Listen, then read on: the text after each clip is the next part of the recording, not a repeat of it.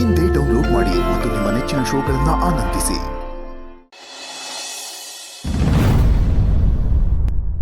Bro ಏನು ಹೇಳ್ತಾ ಇದೆಯಾ? ಅಲ್ಲ ನಿಜವಾಗ್ಲೂ 2 ಲಕ್ಷ ಕೊಟ್ಟು ಬಂದ್ಯಾ? ಕಣ, ನನಗೆ ಬಂದಿದ್ದ ಕೋಪಕ್ಕೆ ದುಡ್ಡು ಕೊಟ್ಟು ಸುಮ್ಮನೆ ಬಂದಿದ್ದೀನಿ. ಅವ್ರ ಪುಣ್ಯ. ಅಲ್ಲ ಬ್ರೋ, ಅವ್ರ ಹತ್ರ ಸ್ವಲ್ಪ ಟೈಮ್ ತಗೊಂಡು ಆಮೇಲೆ ಕೊಡ್ಬೋದಿತ್ತಲ್ಲ ದುಡ್ಡನ್ನ. ಇಲ್ಲ ಕಣ, ಹೆಸರು ಹೇಳಕ್ಕೂ ಇಷ್ಟ ಇಲ್ಲ ನನಗೆ. ಪದೇ ಪದೇ ದುಡ್ಡು ಕೊಡಬೇಕು ಅನ್ನೋದು ನನ್ನ ತಲೆಯಲ್ಲಿ ಕೊರಿತಾ ಇತ್ತು. ಅದಕ್ಕೆ ತಗೊಂಡೋಗಿ ಬಿಸಾಕ ಬಂದೆ. ನೀನೇನೋ ದುಡ್ಡು ಕೊಟ್ಟು ಬಂದೆ, ದುಡ್ಡಿರೋನು ದುಡಿತಾ ಇರೋನು. ನನ್ನ ಕತೆ ಹೇಳು. ನೀನು ಮಾಡಿರೋದ್ರಿಂದ ನನಗೂ ಇವಾಗ ಪ್ರೆಷರ್. ನಾನು ದುಡ್ಡು ಕೊಡಲೇಬೇಕೀಗ. ಕೊಡಲೇಬೇಕು ಕಣ, ಕೋರ್ಟ್ ಹೇಳಿದ ಮೇಲೆ ಕೊಡಲೇಬೇಕು. ಇಲ್ಲಾಂದ್ರೆ ಜೈಲಿಗೆ ಹೋಗ್ಬೇಕಾಗತ್ತೆ ನೀನು. ನೋಡ, ಎಲ್ಲರೂ ಕೆಲಸ ಸೇರಿಕೊಂಡು ತಿಂಗಳು ಒಂದಿಷ್ಟು ದುಡ್ಡು ಅಂತ ತಗೊಂಡೋಗಿ ಬಿಸಾಕು. ಅವ್ರು ಎಲ್ಲಿಗೆ ಎತ್ಕೊಂಡು ಹೋಗ್ತಾರೋ ಹೋಗ್ಲಿ. ಏನೋ ನೀನು ಇಷ್ಟೊಂದು ಈಸಿಯಾಗಿ ಹೇಳ್ಬಿಟ್ಟೆ. ನನ್ನ ಹತ್ರ ಕೆಲಸ ಎಲ್ಲಿದೆಯೋ? ಕೆಲಸ ಹುಡ್ಕೊಂಡು ಹೋದ್ರೆ ಎಕ್ಸ್ಪೀರಿಯನ್ಸ್ ಲೆಟರ್ ಕೊಡಿ ಅಂತಾರೆ. ಎಲ್ಲಿಂದ ತರಲಿ ಎಕ್ಸ್ಪೀರಿಯನ್ಸ್ ಲೆಟರ್ನ? ನನಗಿರೋ ಎಕ್ಸ್ಪೀರಿಯನ್ಸ್ ನಿನಗೆ ಗೊತ್ತಲ್ಲ. ಬೆಳಗಾದರೆ ಟೀ ಅಂಗಡಿಗೆ ಹೋಗೋದು, ಬೇಬಿನ ಆಫೀಸಿಂದ ಮನೆಗೆ, ಮನೆಯಿಂದ ಆಫೀಸ್ಗೆ ಪಿಕಪ್ಪು ಡ್ರಾಪ್ ಮಾಡೋದು, ವೀಕೆಂಡ್ ಬಂದು ಅಂದರೆ ಅವ್ರ ಅಪ್ಪನ ಮನೆಗೆ ತೊಗೊಂಡೋಗಿ ಬಿಸಾಕೋದು, ಅದ್ರ ಮಧ್ಯದಲ್ಲಿ ನಿಮ್ಮ ಜೊತೆ ಹೊಡೆಯೋದು ಅಷ್ಟೇ. 2 ಬಿಸ್ನೆಸ್ ಅಂತ ಮಾಡಿದೆ, 2 ತೋಪು. ಇದೇ ನನ್ನ ಎಕ್ಸ್ಪೀರಿಯನ್ಸು. ಇದನ್ನು ತೊಗೊಂಡೋಗಿ ಕೊಡ್ಲಾ ಎಕ್ಸ್ಪೀರಿಯನ್ಸ್ ಇದು ಅಂತ? ಅಲ್ಲಪ್ಪ, ದುಡ್ಡು ಕೊಡಲೇಬೇಕಲ್ಲಪ್ಪ, ಏನು ಮಾಡ್ತೀಯಾ? ನಾನು ಹೋಗಿ ಅಪ್ಪನ ಹತ್ರ ಮಾತಾಡ್ತೀನಿ. ಕೋರ್ಟಲ್ಲೇ ಏನೋ ಮಾತಾಡಿ, ಇಲ್ಲೋಗಿ ಏನಪ್ಪ ಮಾತಾಡ್ತೀಯಾ? ಇಲ್ಲ ಬ್ರೋ, ಹೋಗಿ ಅಪ್ಪನ ಹತ್ರ ಮಾತಾಡ್ತೀನಿ. ಅದು ನಿನ್ನ ಕೇಸ್ ಬೇರೆ ನನ್ನ ಕೇಸ್ ಬೇರೆ ಅಲ್ವಾ? ಅವ್ರ ಹತ್ರ ಹೋಗಿ ಮಾತಾಡಿದ್ರೆ ಅವ್ರು ಸ್ವಲ್ಪ ಅರ್ಥ ಮಾಡ್ಕೋತಾರೆ ಅಂತ ಅನ್ಸುತ್ತೆ. ಮಾತಾಡ್ತೀನಿ. ಸರಿಯಪ್ಪ, ಮಾತಾಡು. ಅದೇನು ಮಾತಾಡ್ತೀಯ ನಾನು ನೋಡ್ತೀನಿ. ಮಾತಾಡ್ತೀನಿ. ಸರಿ, ಬಾ ಬಾ.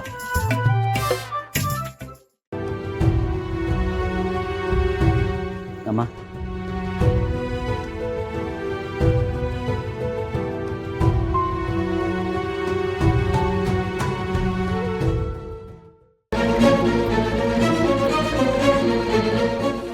ವೆಂಕಿ ಕೋಪ ಮಾಡ್ಕೋಬೇಡ. ಅಮ್ಮನ ಹತ್ರ ಮಾತಾಡ್ಕೊಂಡು ಹೋಗೋಣ ಅಂತ ಬಂದೆ ಅಷ್ಟೇ.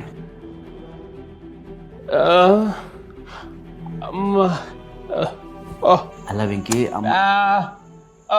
ವೆಂಕಿ ಹುಷಾರಾಗಿದ್ದೀರಾ?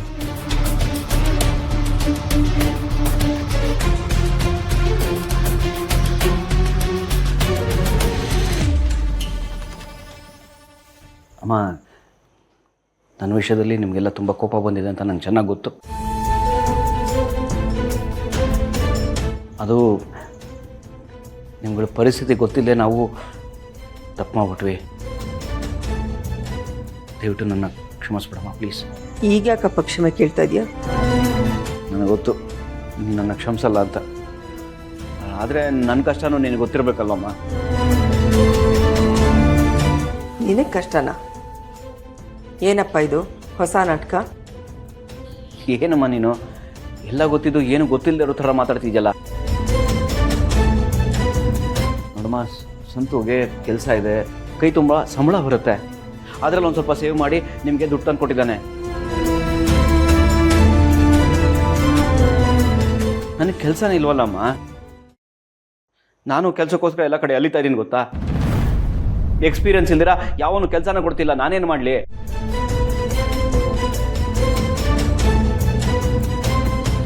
ಅಮ್ಮ, ನನಗೆ ಈಗ ಗೊತ್ತಾಗ್ತಾ ಇದೆ ನಾನು ಲೈಫಲ್ಲಿ ಇಷ್ಟೆಲ್ಲ ಟೈಮ್ ವೇಸ್ಟ್ ಮಾಡಿಬಿಟ್ಟಿದ್ದೀನಿ ಅಂತ. ಹಾಗಂತ ನಿಮ್ಮ ದುಡ್ಡನ್ನು ಕೊಡದೇ ಇರಲ್ಲ. ನಾನು ಕೂಲಿನಲ್ಲಿನಾದರೂ ಮಾಡಿ ನಿಮ್ಮ ದುಡ್ಡು ತೀರಿಸ್ತೀನಮ್ಮ. ನನಗೆ ಒಂದು ಸ್ವಲ್ಪ ಟೈಮ್ ಬೇಕಷ್ಟೆ. ನಾನು ದುಡ್ಡು ತೀರಿಸೋ ಅಷ್ಟರಲ್ಲಿ ನೀವು ಕೋರ್ಟಿಗೆ ಮತ್ತೆ ಹೋಗಿ ಇದನ್ನು ದುಡ್ಡು ಕೊಟ್ಟಿಲ್ಲ ಅಂತ ಕಂಪ್ಲೇಂಟ್ ಮಾಡಿ ನನ್ನ ಜೈಲಿಗೆ ಕಳಿಸ್ಬೇಡಿ ಅಷ್ಟೇ ಪ್ಲೀಸ್.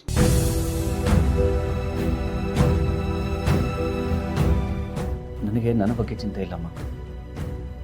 ಸಿಂಚನ ಮತ್ತೆ ಮಗು, ಅವ್ರ ಬಗ್ಗೆ ನನಗೆ ಚಿಂತೆ ಅಮ್ಮ. ಅಲ್ಲಮ್ಮ, ನನ್ನ ಮಗು ಅಂದರೆ ನಿನ್ನ ಮೊಮ್ಮಗು ಅವರಪ್ಪ ಜೈಲಿಗೆ ಹೋಗಿ ಬಂದಿದ್ದಾರೆ ಅಂತ ಅದು ಗೊತ್ತಾದರೆ ಅದೇನು ಅಂದ್ಕೊಳ್ಳಲ್ಲ ಹೇಳು? ಅದಕ್ಕೆ ಆದಷ್ಟು ಬೇಗ ನಿಮ್ಮ ದುಡ್ಡನ್ನು ತೀರಿಸ್ಬಿಡ್ತೀನಿ. ದಯವಿಟ್ಟು ಕಂಪ್ಲೇಂಟ್ ಮಾತ್ರ ಬೇಡಮ್ಮ ಪ್ಲೀಸ್. ದೇವ್ರ ಸತ್ಯವಾಗ್ಲೂ ನಿಮ್ಮ ದುಡ್ಡು ತೀರಿಸ್ತೀನಪ್ಪ. ನೋಡು, ನಿನ್ನ ಮೇಲೆ ಕಂಪ್ಲೇಂಟ್ ಕೊಡೋದ್ರಿಂದ ನಮಗೇನಪ್ಪ ಸಿಗುತ್ತೆ? ನೀನು ಇಷ್ಟೊಂದು ನೊಂದ್ಕೋಬೇಡ, ನನ್ನ ಕೈಯಲ್ಲಿ ನೋಡೋಕ್ಕಾಗಲ್ಲ. ಮತ್ತಿನ್ನೇನಮ್ಮ ಮಾಡಲಿ? ಇದು ಬಿಟ್ಟು ನನಗೆ ಬೇರೆ ದಾರಿನೇ ಇಲ್ವಲ್ಲಮ್ಮ. ನಿಮ್ಗೆ ದುಡ್ಡು ಕೊಡಲೇಬೇಕಲ್ವಾ? ಇಲ್ಲಿದ್ರೆ ನನ್ನ ಮರ್ಯಾದೆನ ಹೋಗೋದು. ನೋಡು ಹರೀಶ, ನಿಂದು ನಿಮ್ಮ ಅಣ್ಣಂದು ಮರ್ಯಾದೆ ಕಳಿಬೇಕು, ನಿಮ್ಮನ್ನು ನೋಯಿಸ್ಬೇಕು ಅಂತ ನಿಮ್ಮಪ್ಪ ಇದನ್ನೆಲ್ಲ ಮಾಡಲಿಲ್ಲ. ನಿನಗೆ ಬುದ್ಧಿ ಬಂದು ಒಂದು ಕೆಲಸ ಹುಡ್ಕೊಂಡು ನಿನ್ನ ಹೆಂಡತಿ ಮಗುನ ಚೆನ್ನಾಗಿ ನೋಡ್ಕೊಳ್ಳಿ ಅಂತ ಅವರಿಷ್ಟೆಲ್ಲ ಮಾಡಿತ್ತು.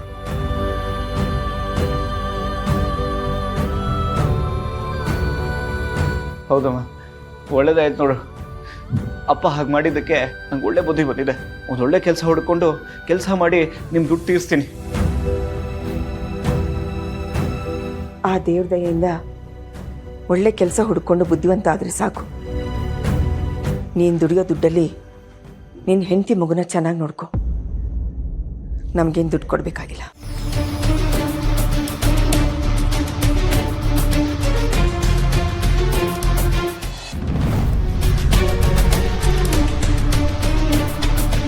ಅಲ್ಲಮ್ಮ, ಏನು ಹೇಳ್ತಿದ್ಯಮ್ಮ? ಅಂದರೆ ಅದು ನಾನು ನಿಮಗೆ ಕೊಡೋ ದುಡ್ಡು ಬೇಡವಾ? ಬೇಡ ಅಂತ ಹೇಳಿದೆ ತಾನೆ.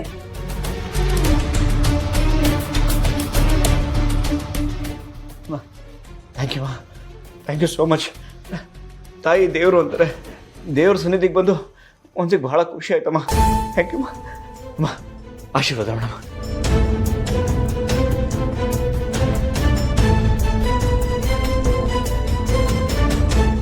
ಥ್ಯಾಂಕ್ ಯು ಅಮ್ಮ.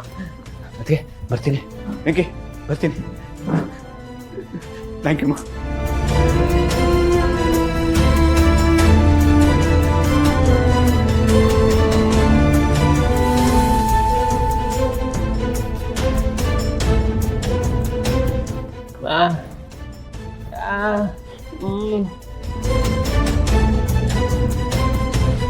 ಹೌದು ಅತ್ತೆ, ನೀವು ಯಾಕೆ ಬೇಡ ಅಂತ ಹೇಳಿದ್ರಿ? ಪಾಪ ಮಾವ ಇದಕ್ಕೋಸ್ಕರ ಎಷ್ಟು ಕಷ್ಟಪಟ್ಟಿದ್ದಾರೆ. ಈಗ ಅವ್ರು ಬೇಜಾರು ಮಾಡ್ಕೊಳಕ್ಕಿಲ್ವೇ? ಚೆಲ್ವಿ, ನಾನು ಯೋಚನೆ ಮಾಡಿ ಹೀಗೆ ಮಾತಾಡಿದ್ದು. ನಿಮ್ಮ ಮಾವಂಗೆ ನಾನು ಹೇಳ್ಕೊಳ್ತೀನಿ.